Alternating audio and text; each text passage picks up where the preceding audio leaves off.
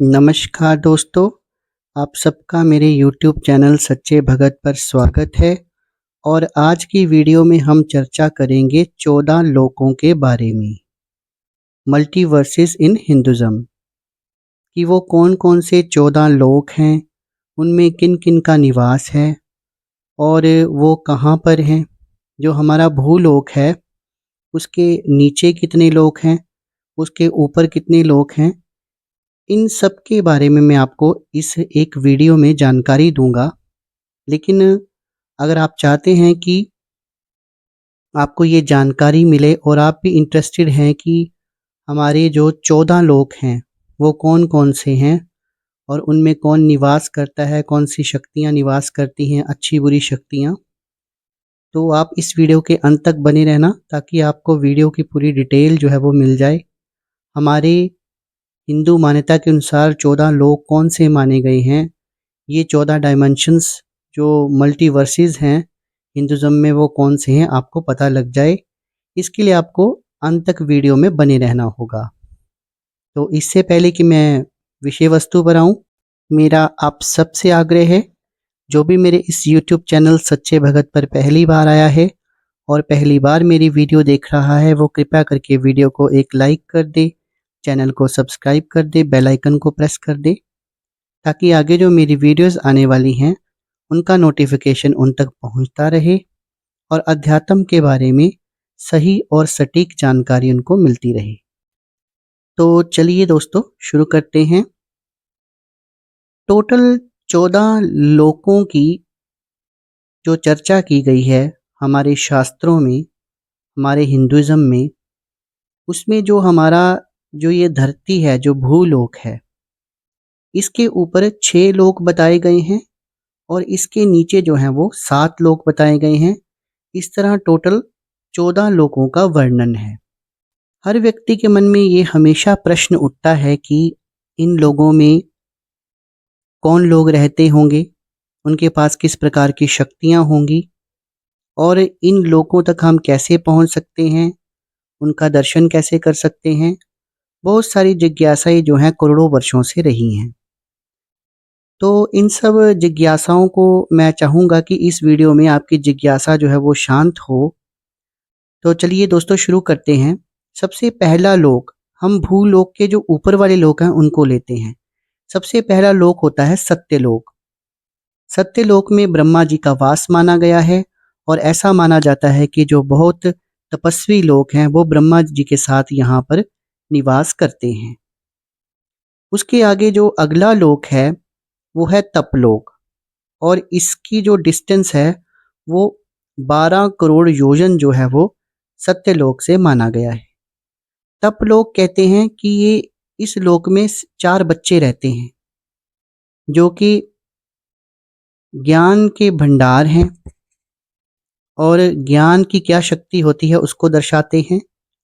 इन बच्चों का नाम है सनत, सनक, सनंदन और सनातन।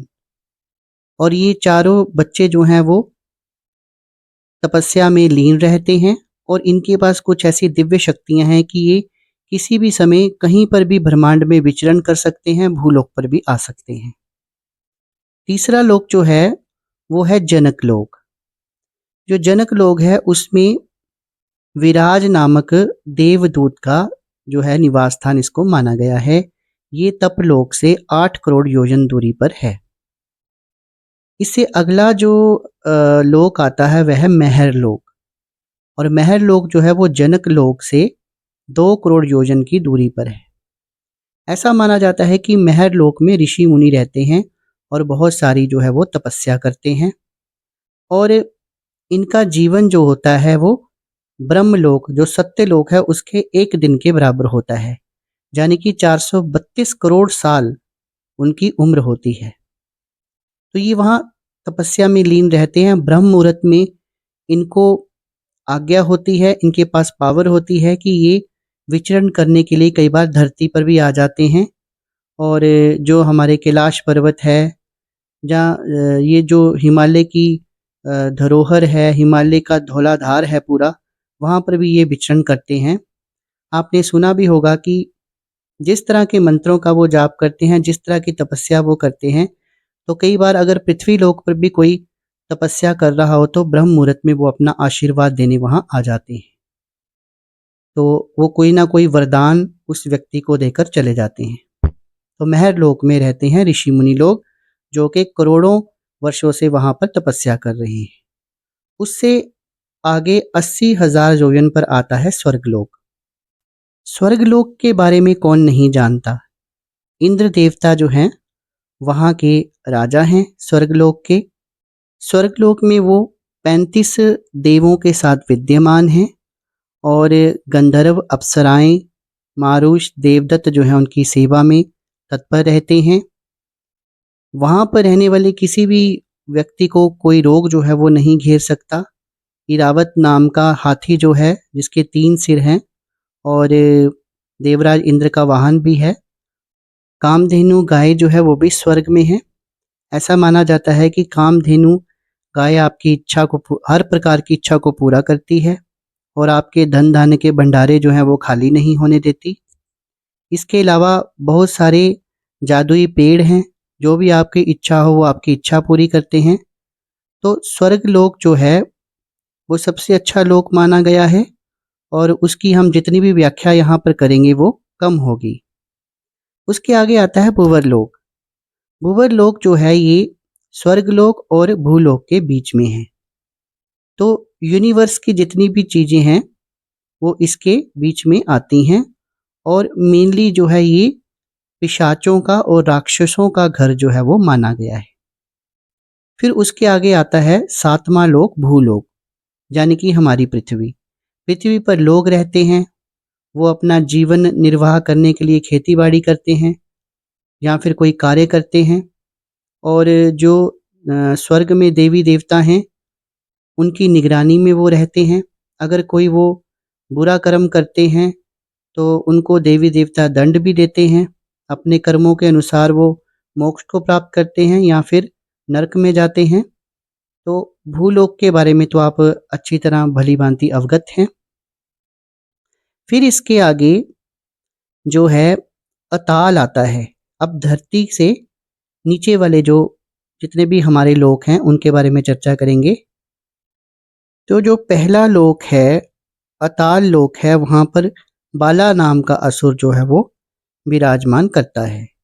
इसके आगे वाला जो लोक है वो है बीताल।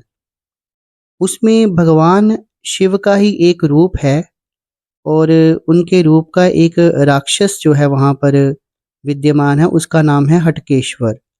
और साथ में ही वहाँ पर हटकी नाम की एक नदी बहती है जिसमें सोना बहता है।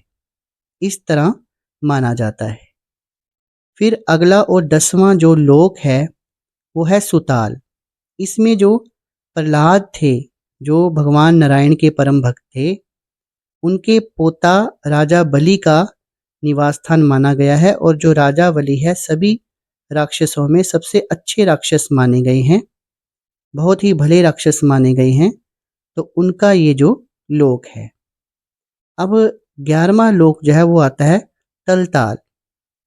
यहाँ पर माया नाम का एक राक्षस रहता है जो अपनी मायावी क्रियाओं के लिए जाना जाता है। उसकी ये एक तरह की जादू नगरी है।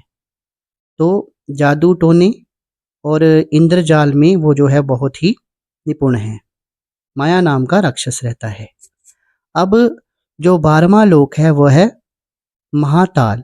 महाताल में बहुत सारे सर्प रहते हैं, जैसे तक्षक, कालिया, सुशील और जो महर्षि कश्यप थे उनकी पत्नी कद्रू थी, उसके द्वारा इनको जन्म दिया गया था और इनका ये निवास स्थान माना जाता है। उसके आगे आता है 13वां लोक जिसे कहते हैं रसताल। और रसताल में दानवों और दैत्यों का जो है ये निवास स्थान माना गया है और ऐसे दानव और दैत्य जो देवताओं के दुश्मन हो, तो रसताल को उनका लोक जो है वो माना गया है। और इस ताल में माना जाता है कि हर तरह की सुविधाएं जो हैं वो राक्षसों के लिए वहाँ पर विद्यमान है। आखिरी और अगला जो हमारा जो है लोक है वो है पाताल लोक। पाताल लोक में वासुकी नाग जी का जो है वो निवास स्थान माना गया है और पाताल लोक की राजधानी है भोगवती, वहाँ पर वो रहते हैं। इनके अलावा सैन्य, कुल्की, महासैन्य, सोहित, धनंजय, धृतराष्ट्र, सगसुर, कंपल आदि जो हैं, जैसे देवदत्त हैं, आदि जो हैं वो सर्प जो हैं वहाँ पर रहते हैं। वासुकी नाग जी के साथ वहाँ पर विद्यमान हैं। तो मेनली ये पाताल जो है वो सर्पलोक माना गया है। इसके अलावा 2 लोक और हैं जो कि पाताल लोक के आगे हैं, एक पितरलोक और एक नरकलोक। पितरलोक में जो हमारे पितृ देवता हैं, जो देवपुत्र बन जाते हैं, उनका जो है वो निवास स्थान माना गया है। और नरकलोक जो है ये यमराज जी का लोक माना गया है। यहाँ पर जो व्यक्ति भूलोक पर कुकर्म करते हैं, गलत काम करते हैं, उनको दंड स्वरूप उनके जो दूत हैं वो खींचकर नरकलोक में ले जाते हैं और जब तक उनकी सज़ा पूरी ना हो उनको मोक्ष प्राप्त नहीं होता, वहीं पर उनको सज़ा मिलती रहती है और फिर सज़ा पूरी होने के बाद वो उनको मोक्ष प्राप्त होता है या फिर वो दोबारा धरती के ऊपर अपने कर्मों के अनुसार जो है वो जन्म लेते हैं।